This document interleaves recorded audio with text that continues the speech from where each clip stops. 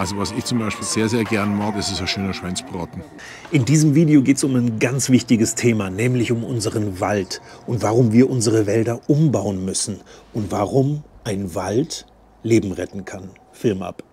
Wir sind hier wieder im Wald vom Raimund, der mit den 40 verschiedenen Baumarten. Und wir haben jetzt hier einige Studenten hier. Ist das richtig, hoffentlich? Ja. Und du bist Christian? Genau, mein Name ist Christian Diehl und ich bin wissenschaftlicher Mitarbeiter im Future Forest Projekt. Über das Live Future Forest Projekt habe ich bereits einen Film gemacht. Schaut mal da rein. Sehr interessant, sehr spannend. Geht es auch um unseren Wald. Hier liegen schon so Genau. Werkzeuge rum, ganz spannend. Ja. Was messt ihr damit? Wie viel Wasser kann der Boden in einer bestimmten Zeit aufnehmen? Je mehr Wasser in kurzer Zeit einfließen kann, desto weniger Wasser fließt halt auch raus oder desto weniger Erosion haben wir. Dann ist es wie ein Schwamm und der kann Genau, wie ein speichern Schwamm. und es gibt nicht, Ja. wahrscheinlich auch nicht so Genau. schnell ein Hochwasser in der Gegend. Genau, Ne? ja, auf jeden Fall. Wir sind ja hier in einem Dauerwald und da sind sehr viele verschiedene Baumarten drin und wir haben jetzt geschaut, wo stehen denn Bäume, die den Bestand sehr gut repräsentieren. Und Was haben wir hier? Kannst du mal kurz die Bäume erklären? genau, also wir haben hier links haben wir Fichten und da haben wir noch Bergahorn und Linde. Deshalb haben wir jetzt einmal die Fichte ausgewählt. Das ist ja so der Flachwurzler, der oberhalb wurzelt und die Linde, die dafür steht, gutes Regenwurmfutter zu liefern und auch gutes Feinwurzelwerk zu haben. Und da haben wir eine gute Mischung, um mal zu schauen, wie das miteinander im Boden so harmoniert. Wie versickert Wasser oder wie nimmt der Boden Wasser auf in einem guten Mischwald? Das testet ihr jetzt. Genau. Man sieht, je aktiver ein Boden ist, desto weniger Blätter dürften eigentlich dort liegen, weil wenn die runterfallen, der Boden ist so aktiv, da sind so viele Mikroorganismen drin, die sind halt einfach direkt weg. Also es sind so viele Mikroorganismen da drin, die sind auch hungrig, die brauchen Nahrung und die holen sich die Nährstoffe dann, die ziehen die dann in den Boden, zersetzen die.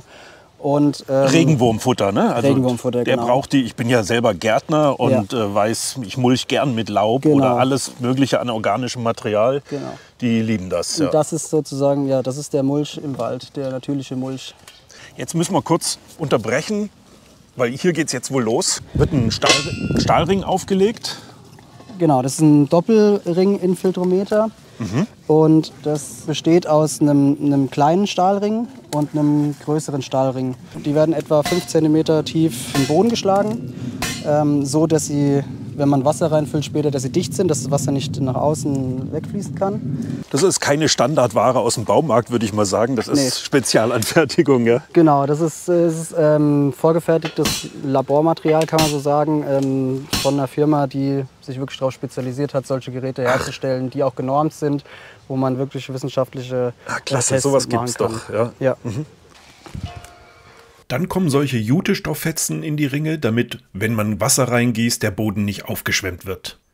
Dann kommt ein Schwimmer in den mittleren Ring, der misst, wie schnell das Wasser im Boden versickert.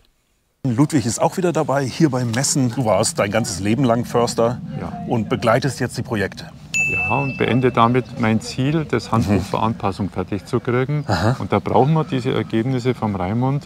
Wie viel Mehrleistung, Mehrertrag bekommen wir in dem Zukunftswald aufgrund seiner hohen Bodenleistung, in dem er einfach die hohe Resilienz hat und mit Witterungsextremen besser zurechtkommt und die Chance nutzen kann, diese Erwärmung in mehr Biomasseproduktion und höhere Leistung umzusetzen. Wunderbar. Und wenn man nach oben schaut, schaut sich die vielen verschiedenen Baumarten an.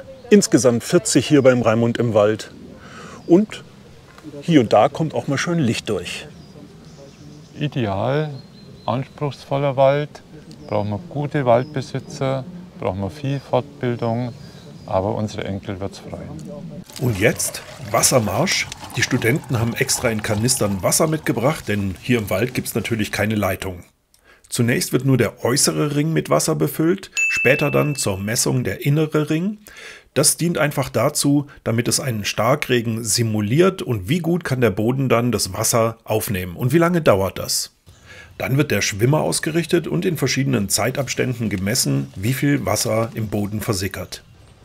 Und du nimmst die ganzen Daten hier auf, Genau, eine das Tabelle, und misst die Zeit. Genau, dass wir alle 60 Sekunden einmal den Füllstand, den Pegel quasi festhalten. Jetzt, 25, 41. ja.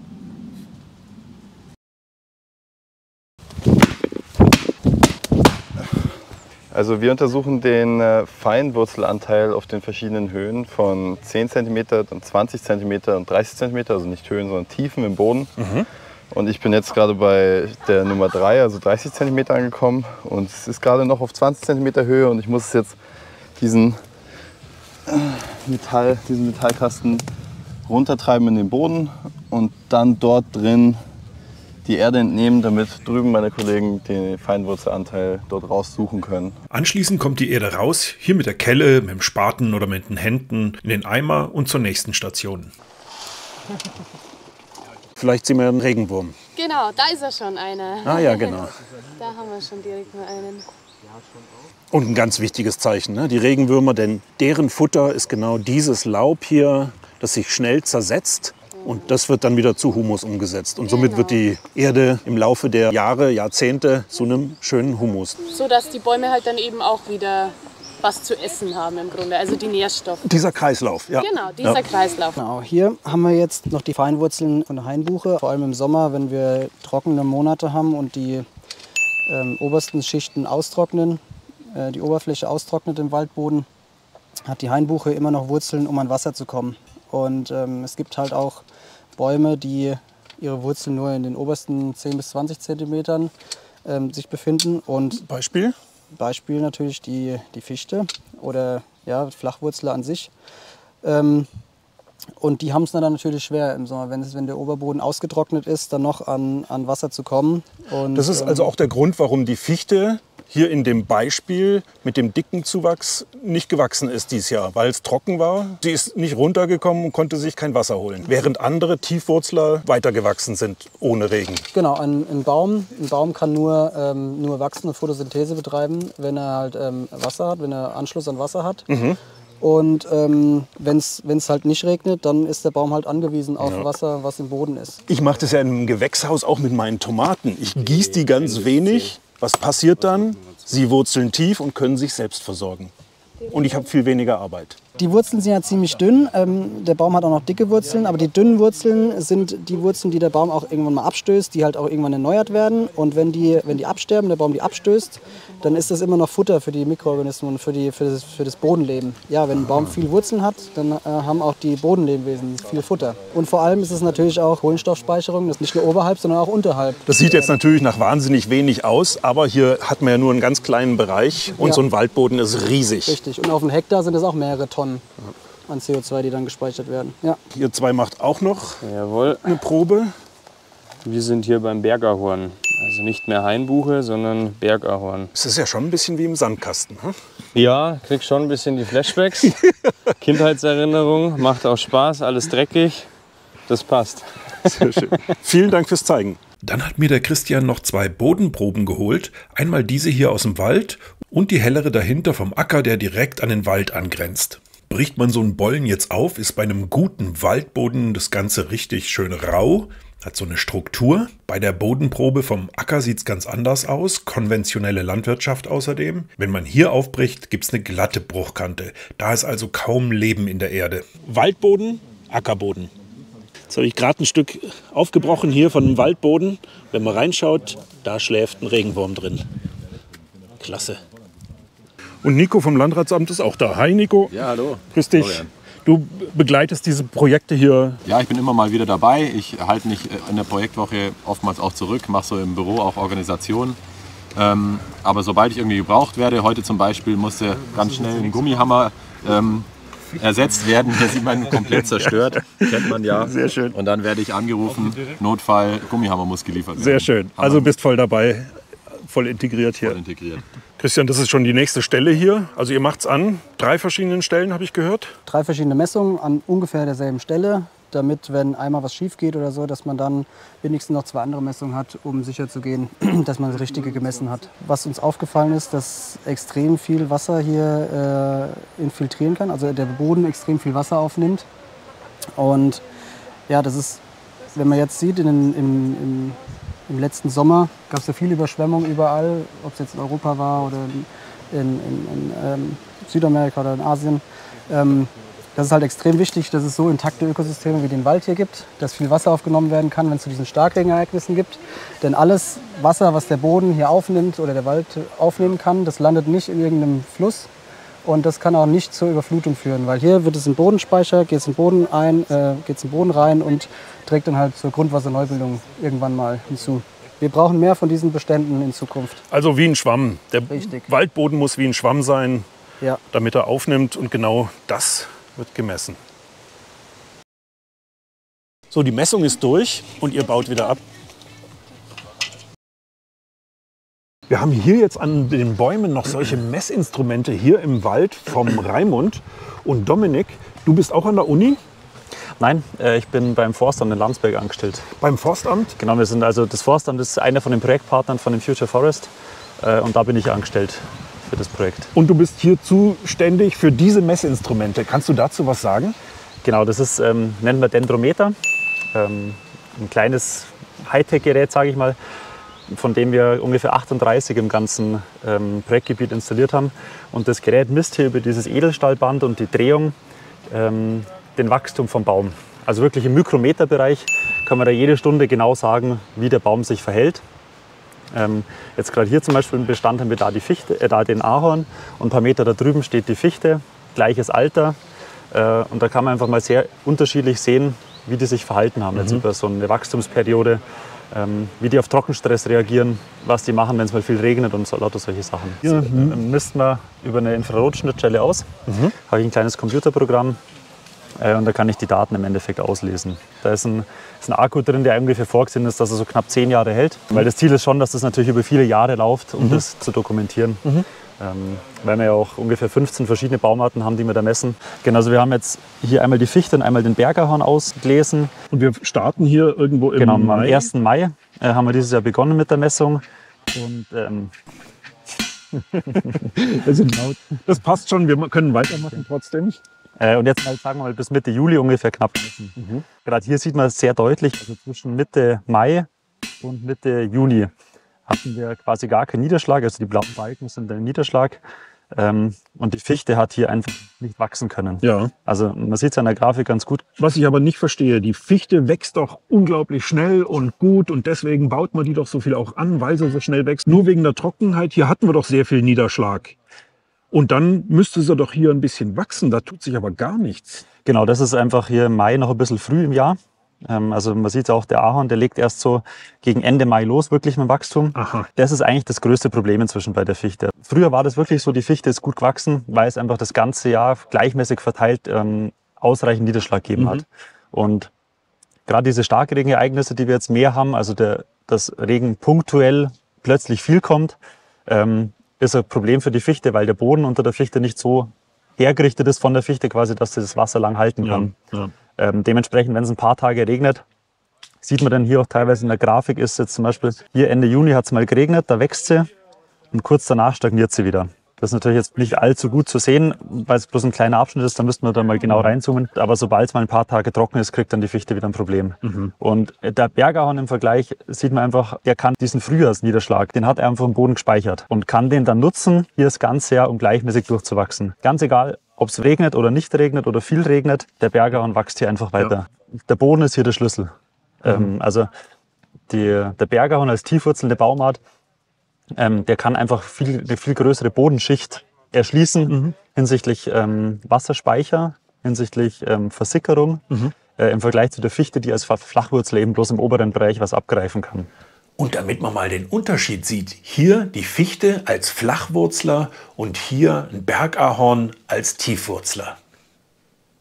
Wir reduzieren den Wald eigentlich immer viel auf den CO2-Speicher. Ja. Also quasi jetzt einfach allein der Stamm, der wächst, oder auch wenn es die Blätter sind oder die Wurzeln oder wie auch immer. Aber der Wald bringt halt viele andere Leistungen, zum Beispiel Verdunstung. Die Kühlung durch die Verdunstung? Die Kühlung, genau, oder regionalen Niederschlag generieren und lauter solche Sachen. Und das macht die Fichte in dem Bereich, wo sie nicht wächst, nicht. Weil wenn sie nicht wächst, transpiriert sie kein Wasser, sie verdunstet kein Wasser und sie bringt keine Leistungen. Während im Vergleich hier der Bergahorn maximal Gas gibt und halt diese Leistungen bringt. Ununterbrochen. Und halt zum Beispiel in dem Fall jetzt dieses Wasser, das im Frühjahr hier gefallen ist, Stück für Stück sukzessive während seiner Wachstumsperiode verdunsten kann und das Wasser im regionalen Kreislauf hat. Okay. Auf Vielen jeden Dank. Fall. Gerne. Christian, ich sag Tschüss, vielen Dank fürs Zeigen. Du bist schon beim Mittagessen. Was gibt's? Gurke und Käsebrot. Genau. Lass dir schmecken und 1000 Dank für deine Zeit und fürs Zeigen. War sehr interessant. Ja, ich hoffe, ihr könnt was lernen. Ciao. Tschüss zusammen. Vielen Dank. Servus. Ciao zusammen und einen guten. Servus. Ciao. Und an einem wunderschönen Tag geht's für mich wieder nach Hause. Ihr seht, ich bin etwas nördlich von mir, da ist es schon alles sehr flach. Und weil vor mir der Weg zugeparkt ist, muss ich hier alles rückwärts fahren, denn auf der einen Seite ist Raimundswald, auf der anderen Seite ein bestelltes Feld. Deswegen heißt es ja, ganz schönes Stück rückwärts fahren. Das war mal wieder unglaublich spannend im Wald, wieder beim Raimund, den Studenten zuzuschauen, was sie für Messungen machen. Die sind also auch in der Praxis. Studenten sind nicht nur Schreibtischtäter und haben von der Praxis keine Ahnung, sondern, nein, sie gehen in die Praxis. Finde ich klasse. Wir Hobbygärtner, wir wissen das ja ganz genau. Die Erde hier in unserem Garten, die soll eine feine Struktur haben, krümelig sein. Es sollen viele Bodenlebewesen drin sein. Regenwürmer, das ist ein gutes Zeichen. Und ganz genauso wichtig sollte der Boden im Wald für uns sein. Auch hier sollte er immer abgedeckt sein mit einer richtig schönen, dicken Mulchschicht. Hier sind es die Blätter, die von den Bäumen fallen, verschiedenste Sorten. Und darunter ein richtig schöner Boden. Und schaut mal, was für eine dicke Decke an Mulch. Was für eine wunderschöne Eiche ich hier in meinem kleinen Waldstückchen habe. Super schön. Die Eiche hat außerdem einen Ast, der lädt hier aus. Ich kann nur sagen, liebt eure Bäume.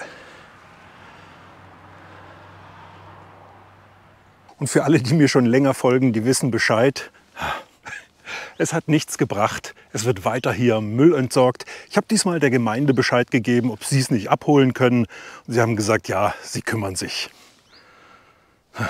Es ist außerdem genau der gleiche Übeltäter wieder hier, genau die gleichen Kaffeekapseln und genau die gleichen Zigaretten.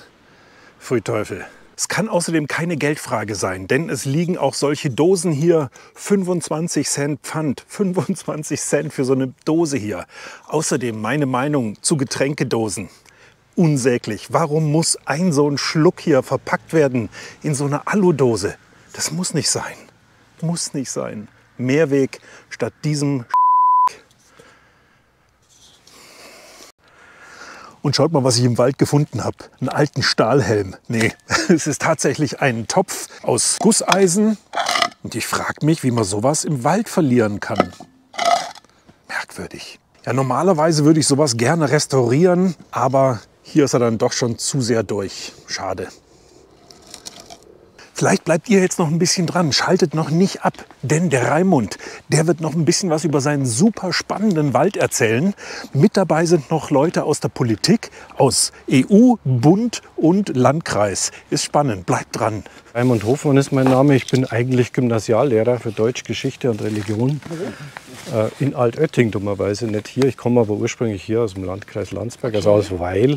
Und hier ein kurzer Überblick über die Personen, die bei der Waldbegehung beim Raimund hier dabei sind. Es ist einmal Kilian Fitzpatrick, Kreisrat, Ludwig Pertl, Förster, Bürgermeister Meisterl von der Gemeinde Scheuring, Rasmus Andresen, Mitglied des Europäischen Parlaments, Gabriele Triebel, Landtagsabgeordnete, Dr. Anton Hofreiter, Mitglied des Bundestages, Professor Dr. Stefan Wittkopf von der Hochschule Weinstefan-Triesdorf, Martin Erdmann, Kreisrat, Raimund Hofmann, Lehrer und Waldbesitzer und zuletzt Dominik Landerer vom Forstamt Landsberg. Weiter geht's. Und habe den Wald geerbt von meinem Vater. 1989 ist er gepflanzt worden. Er ist also etwa genauso alt wie der Wald, den wir ganz zuerst gesehen haben, dieser Laubwald. Und man sieht, was passiert, wenn man pflegt. Also das ist jetzt kein gutes Beispiel, das war aber der Sommersturm, der hat eine Eiche abgerissen. Also so heftig war der Sturm hier. Aber man sieht an dem Bergachern beispielsweise, wie sie die entwickeln, wenn man die entsprechend pflegt. Und Frau Triebel, Sie haben vorher gesagt, die Waldbauern sagen, die Fichte wächst gut, der Ahorn wächst schlecht. Die Fichte und der Bergahorn, die sind genau gleich alt. Das war nämlich eine Erstaufforstung. Wir haben Fichten hier, ein Bestand, die sind 2 Meter hoch und wir haben Laubbäume, die sind fast 25 Meter hoch. Ich kriege aber solche schönen Stämme und solche dicken Stämme vor allem in relativ kurzer Zeit auch nur hin, wenn ich die Wälder pflege. Das heißt, ich muss da reingehen. Nichts tun ist ein Fehler und ich kriege auch keinen Dauerwald, wenn ich nichts tue. Was versteht man unter dem Dauerwald? Also es gibt ein paar Prinzipien des Dauerwalds. Das erste ist Stetigkeit des Waldorganismus. Es muss immer echter Wald dastehen. Das bedeutet automatisch, Bäume werden immer nur einzelstammweise entnommen. Das zweite ist Lebendigkeit des Bodens. Ich muss dafür sorgen, dass das Edaphon, also das Gesamtleben im Boden, immer ein bisschen angefeuert wird. Das bekomme ich nicht hin, wenn ich hier total dunkel mache. Da sind die Bodenlebewesen viel weniger aktiv, als wenn ich eine sogenannte Halblicht- oder Halbschattstruktur reinbekomme. Wenn jetzt die Sonne gut scheinen würde, würde man das sehen. Das ist dieses, was uns auch ästhetisch immer anspricht bei einem Wald, dass so dunkle Stellen und manchmal ein bisschen Licht reinkommt. Diese Halblicht- oder Halbschattstrukturen. Das führt dazu, dass das Bodenleben angefeuert wird. Die kriege ich aber auch nur hin, diese Strukturen, wenn ich immer wieder Pflegeholz rausnehme. Also Bedränger von Zukunftsbäumen rausnehmen. Das dritte ist Mischbestockung. Ich sage immer, je höher die Mischung, desto besser. In diesem Bestand sind insgesamt 40 Baumarten. Wenn Sie jetzt sich einmal um 360 Grad drehen, dann entdecken Sie mindestens 7 verschiedene Baumarten, nur in Ihrem Blickfeld. Dazu noch viele Straucharten, weil der Wald halt auf einer Feldflur steht. Da ist außenrum eine richtig dicke Sträucherhecke. Es sind also etwa noch 15 Straucharten hier. Der Bestand hat 3 Hektar Wald und 1,5 Hektar Wiese. Also ich bin ein klassischer Kleinprivatwaldbesitzer, der nicht davon leben kann. Dann gehört dazu Ungleichaltrigkeit oder Stufigkeit beim Dauerwald dazu. Das heißt, es muss von unten bis oben alles mit Grün angefüllt sein. Das führt dazu, dass natürlich die Luft in diesem Wald auch sehr kühl bleibt und dass Kalamitäten sich nicht schlimm auswirken. Mich hat sehr geärgert, dass die Eiche geworfen hat, weil das eigentlich ein wunderschöner Stamm ist. Aber gebrochen, runterbrochen, die Krone runterbrochen. Aber in ein paar Jahren wird man da nichts mehr sehen. Da kommt von unten sofort wieder Naturverjüngung hoch. Das ist nicht tragisch. Außerdem steht da links eine schöne Kirsche. Da ist eine Kirsche, da sind wieder schöne Eichen. Also da ist der Schaden nicht so groß. Auch wenn es einen jetzt erst einmal wurmt, wenn man nach dem Sturmereignis reinkommt. Was ja auch ein Haufen Arbeit ist, das Holz wieder aufzuräumen. Und das Letzte wäre dann, dass bei einem Dauerwald überall zur Holzwerterzeugung genügender Holzvorrat da ist. Das heißt, es muss immer geschaut werden, dass man starkes Holz entwickelt. Und für mich ist der Dauerwald das Konzept der Zukunft. Ich kriege aber keine Dauerwälder hin, wenn ich da nichts mache. Ich muss da reingehen. Wenn Sie diesen Wald anschauen, würden Sie wahrscheinlich sagen, ich hoffe, dass Sie den Eindruck haben, das ist ein wunderschönes Biotop. Gleichzeitig ist es aber einer der am intensivsten bewirtschafteten Wälder in ganz Deutschland. Ich gehe hier nämlich jedes Jahr auf ganzer Fläche rein und nehme Bäume raus. Aber immer nur ganz wenig. Insgesamt ist die Holzentnahmemenge trotzdem sehr hoch. Und jetzt sind wir bei der Diskussion zum Pflegeholz. Was mache ich mit dem? Ein Laubholz kann ich erst wirklich gut verwerten, wenn es eine Stärke von 50, 60, 70 cm hat. Das hat aber mein Pflegeholz nicht.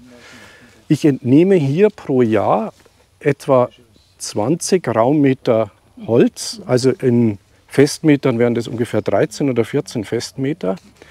Und dieses Holz kann ich nur als energetisches Holz verwerten. Das geht nicht anders. Das bedeutet aber, dass ich bei diesem Wald pro Hektar und Jahr ein Holz rausnehme mit einem Brennwert von 3000 Litern Heizöl. Wenn man das umrechnet auf die gesamte Waldfläche Deutschlands, ich habe es jetzt vorher noch ausgerechnet gehabt zu Hause schnell, dann könnten wir 1/3 des Ölverbrauchs Deutschlands allein durch das Brennholz ersetzen, das hier entsteht, aber nur als Pflegeholz. Ich verspreche Ihnen, ich habe noch keinen einzigen Baum rausgenommen, weil ich Brennholz brauche, sondern das ist immer nur Holz gewesen, das ich rausgenommen habe, damit ich die Zuwächse von diesen Bäumen, also von den starken mit den schönen Schäften, steigern kann. Und damit die überhaupt zuwächst. Warum nicht anders nutzbar? Wenn es zu schwach ist, kriegt man es einfach zur Zeit in der Holzindustrie nicht los. Ich kann bei einer Fichte Holz schon nutzen, das hat 15 bis 20 cm, das kann man schon einschneiden. Beim Laubholz nimmt mir das keiner. Es gibt kein Sägewerk, das Laubholz nimmt, das 20 cm stark ist. Bei der Eiche ist jetzt ein bisschen eine Ausnahme, weil die so begehrt ist gerade, dass da auch ein bisschen schwächeres Holz eingesägt wird. Aber in der Regel sagt man der Holzhändler, wenn der Holz 50, 60 cm hat, dann kannst du es erstmals herbringen, sonst geht es gar nicht. Sagen muss, dass das nicht automatisch so sein müsste, muss man ehrlicherweise sagen. Du könntest auch dünneres Laubholz für bestimmte Sachen nutzen. Du könntest das zum Beispiel für Staubbretter nutzen, also für Leimholz. Aber das wird halt einfach in der Holzindustrie nicht gemacht, weil es in der Vergangenheit die schöner geraden Fichten in ausreichender Stückzahl gegeben hat. Und deswegen haben sich die auf im Grunde letztendlich, ja, wenn man hart sein will, zwei Sorten reduziert oder zwei Arten reduziert, nicht auf Fichte und auf Kiefer. Selbst Tanne, die wunderschöne gerade Stämme macht, kriegst du schon, obwohl es eigentlich fast ein besseres Holz ist, kriegst du schon weniger Geld, wenn du Tanne verkaufst, obwohl die eigentlich auch super sind.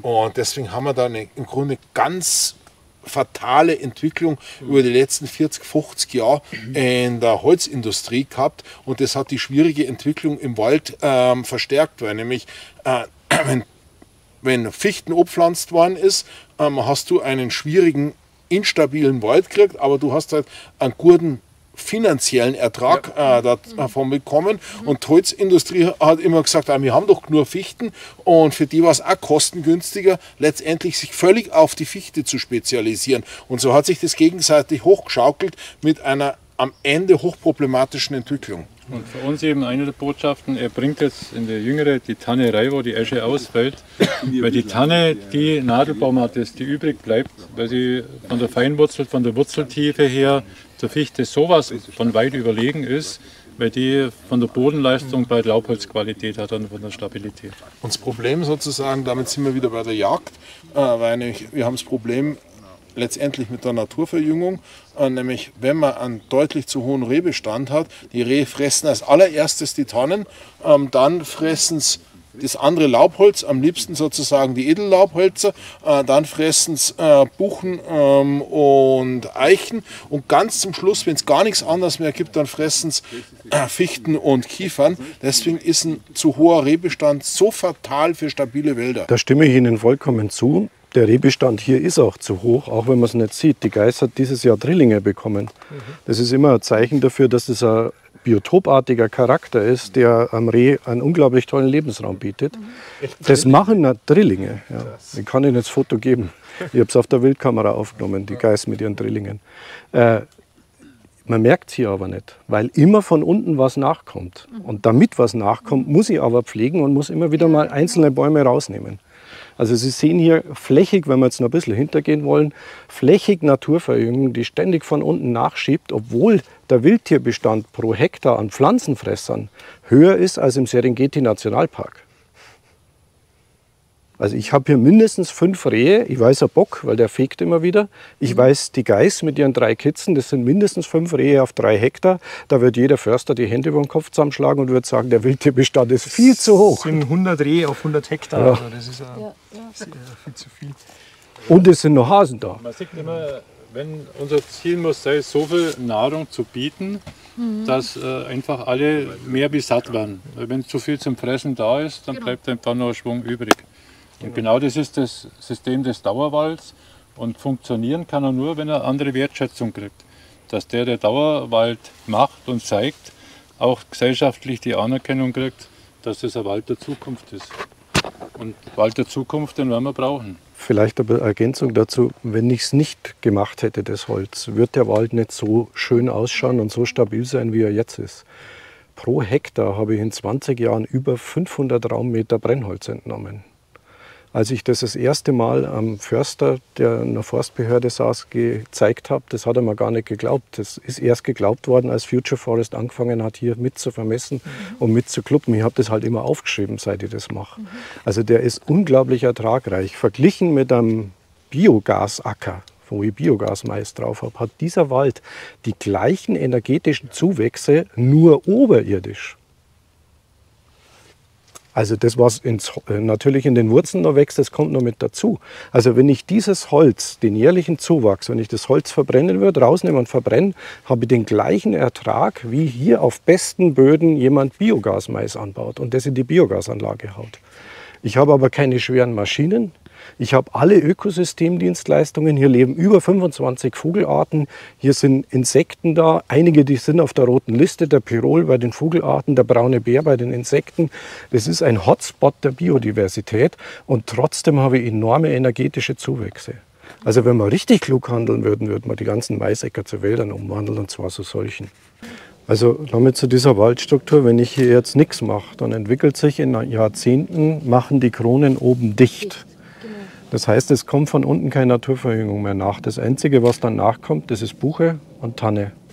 Und dann habe ich einen Buchen- und Tannenwald und kann diese 40 Baumarten, die ja extreme Risikostreuung darstellen. Wir haben alles Mögliche. Also die Esche hat das Eschentriebsterben bekommen, die Fichte hat den Borkenkäfer, alles Mögliche an Schäden, die da sind. Ich muss das Risiko streuen, weil ich nicht hundertprozentig weiß, wohin wird es laufen mit dem Klimawandel.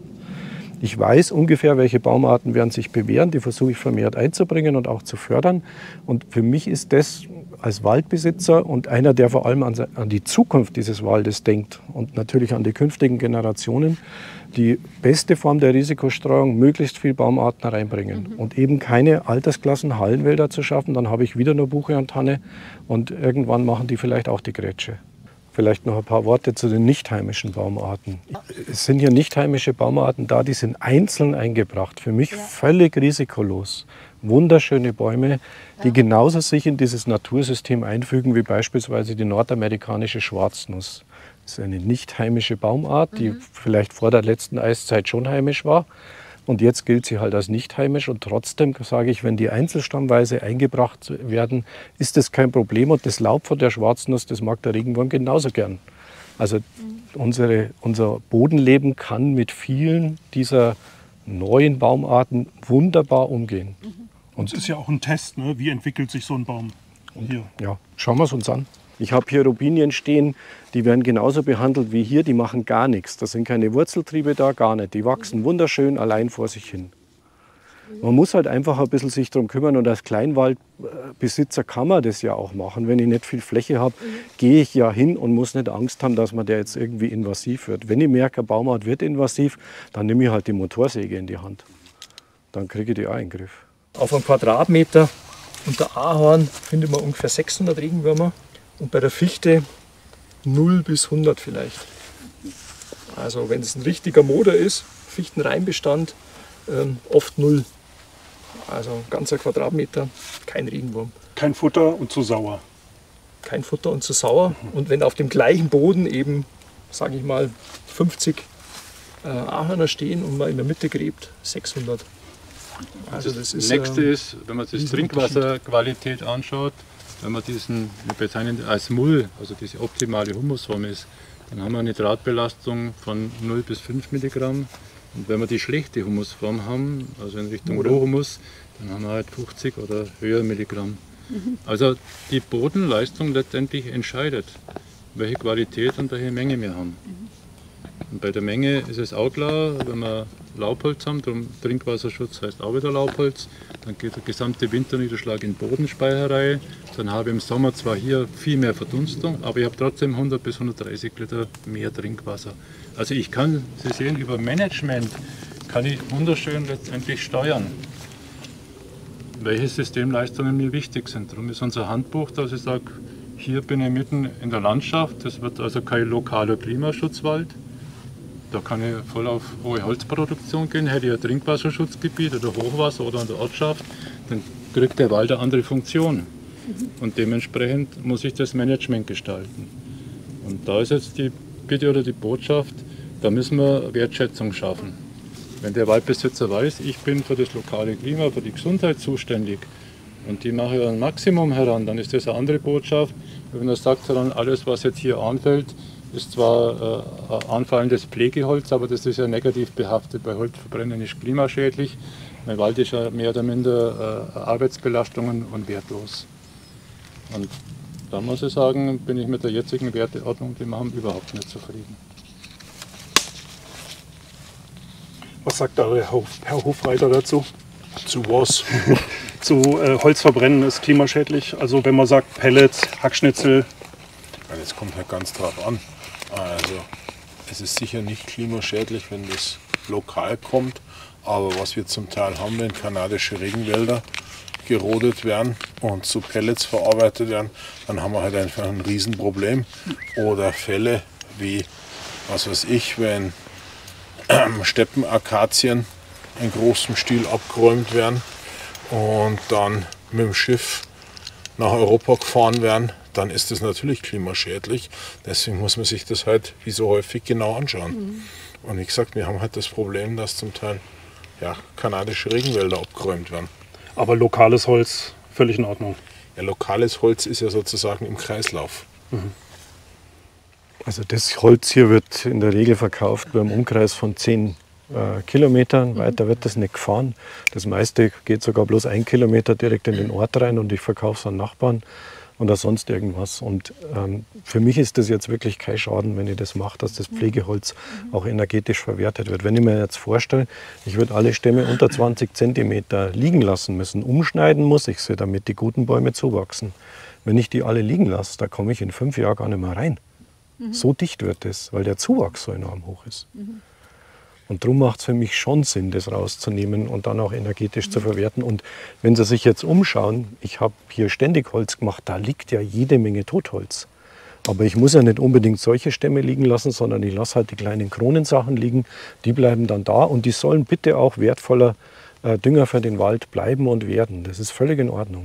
Es macht halt viel Arbeit, weil ich halt jeden Baum dann die Krone rausschneiden muss.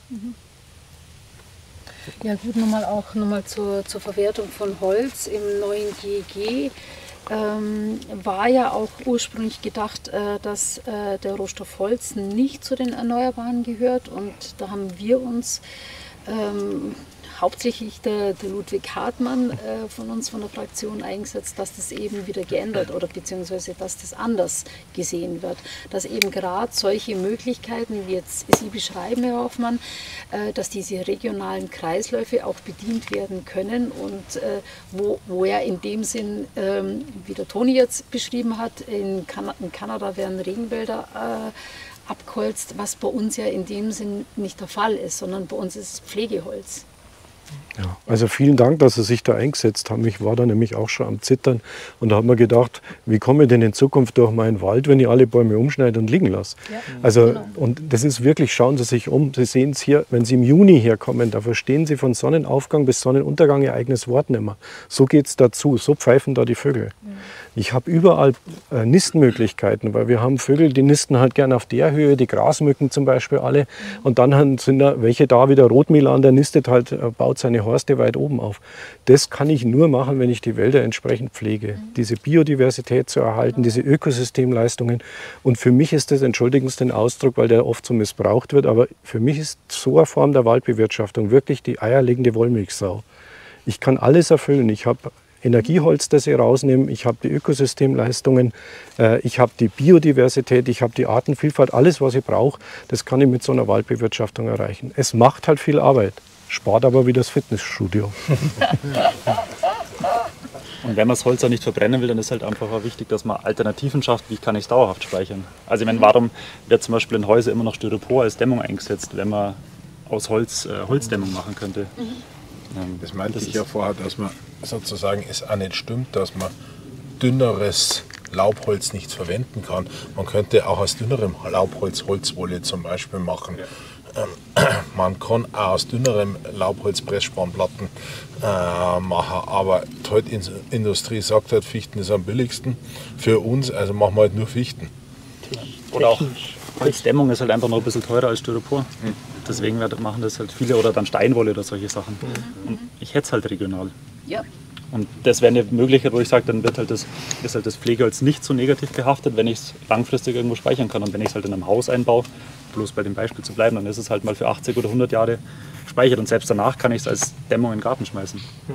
Also ich bin heilfroh, wenn mir das Holz jemand abnimmt und ich muss es nicht energetisch verwerten, weil das viel weniger Arbeit macht, wenn ich die Stämme direkt rausziehe. Also aber solange es noch nicht der Fall ist, möchte es halt auch gern energetisch verwerten können. Ich bin der Professor für Holzenergie, also ich vertrete sozusagen das Fach. Wir haben einen Studiengang Management erneuerbarer Energien, auch Forstingenieurwesen, auch in der Landwirtschaft bin ich dabei.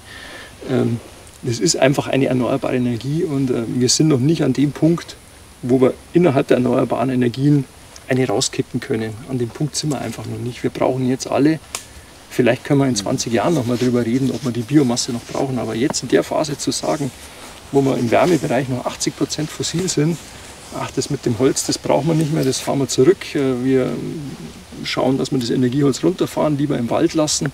Den Zeitpunkt haben wir einfach noch nicht. Und umgekehrt, sowas wie in Scheuering läuft, dass ich eben das Schwachholz in einem Heizwerk vor Ort einsetze, sowas sollte die Politik unbedingt ermöglichen. Und auch eben bei diesen Waldprämien, die ich da angesprochen habe, einfach bedenken, dass das die Mobilisierung natürlich hemmen wird. Wenn Sie einem Waldbesitzer sagen, mach 20 Jahre nichts, kriegst 300 € pro Jahr, dieses Holz wird am Heizwerk wie in Scheuring auch fehlen und es wird die Energiewende einfach bremsen. Und da bitte ich einfach, nicht zu viel auf einmal zu wollen, sondern einfach zu sagen, Energiewende, Biomasse ist auch erneuerbar.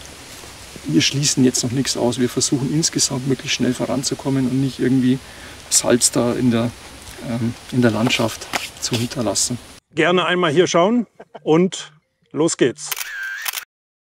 Vielen Dank, war mir eine Freude. Ja, ebenfalls. Servus. Danke, ciao. Wenn ich schon den Herrn Hofreiter da habe, dann hätte ich gerne von ihm noch einen Klimatipp. Was kann so ein Kleiner wie ich oder ein Privater machen, um mal Klima zu schützen? Was fürs Klima zu tun? Da gibt es ganz unterschiedliche Sachen, die man machen kann. Wenn man zum Beispiel ein Häuschen hat, kann man sich eine Photovoltaikanlage aufs Dach legen und damit auch Geld sparen. Wenn man was neu baut, kann man sich überlegen, ob man es mit Holz baut, denn das spart auch im Vergleich zu Beton. Oder ich kann mir auch schlichtweg überlegen, wo kaufe ich ein. Wenn ich einigermaßen Geld habe und es mir irgendwie leisten kann, kann man zum Beispiel in einem Bioladen einkaufen und sich überlegen, was man da isst und was man kauft, nämlich oft schmeckt es besser und außerdem schont es das Klima. Vielen Dank, super. Was ich mache, noch ein Tipp von mir. Einmal die Woche Fleisch essen, reicht mir völlig aus. Ich habe einen großen Garten, gibt es ganz viel Gemüse, kann man tolle Sachen rausmachen. Ihr Lieblingsgericht, Ihr Lieblingsessen? Ich glaube, was man aus ökologischen Gründen, weil man hier gerade auch im Wald waren, sagen kann, ist, ja, der Fleischkonsum muss insgesamt runter, aber man sollte mehr Rehfleisch essen, weil wir einfach einen Überbestand von Rehen haben, die die Naturverjüngung in den Wäldern zerstören. Und schmeckt hervorragend. Ihr Lieblingsessen? Ach, das ist schwer zu sagen. Also was ich zum Beispiel durchaus sehr, sehr gern mag, das ist ein schöner Schweinsbraten. Mit Knödeln? Mit Knödeln, allerdings auch mit Schnitzkartoffeln. Also gerade die Schnitzkartoffeln im Schweinsbraten mitgemacht sind einfach eine super Sache. Perfekt. Vielen Dank, Herr Hofreiter. Danke. Bitte. Jetzt bin ich wieder auf dem Nachhauseweg und ich habe wieder was gelernt. Die Wälder müssen anders aussehen. Wir müssen hin zu einem Mischwald mit viel Laub, weg von diesen Monokulturen aus Fichte oder Kiefer. Wir brauchen Böden, die Wasser aufnehmen können, Wasser speichern können. Das ist aktiver Hochwasserschutz. Und die Bäume können Trockenperioden besser überstehen. Ich werde meine 2 kleinen Waldstückchen auf jeden Fall so umgestalten und mit der Kamera natürlich begleiten. Würde mich freuen, wenn ihr dabei seid. Euer Selbstversorger Rigotti. Ach, und pst, beim Rigotti gibt's jeden Sonntag ein neues Video. Aber nicht weitersagen.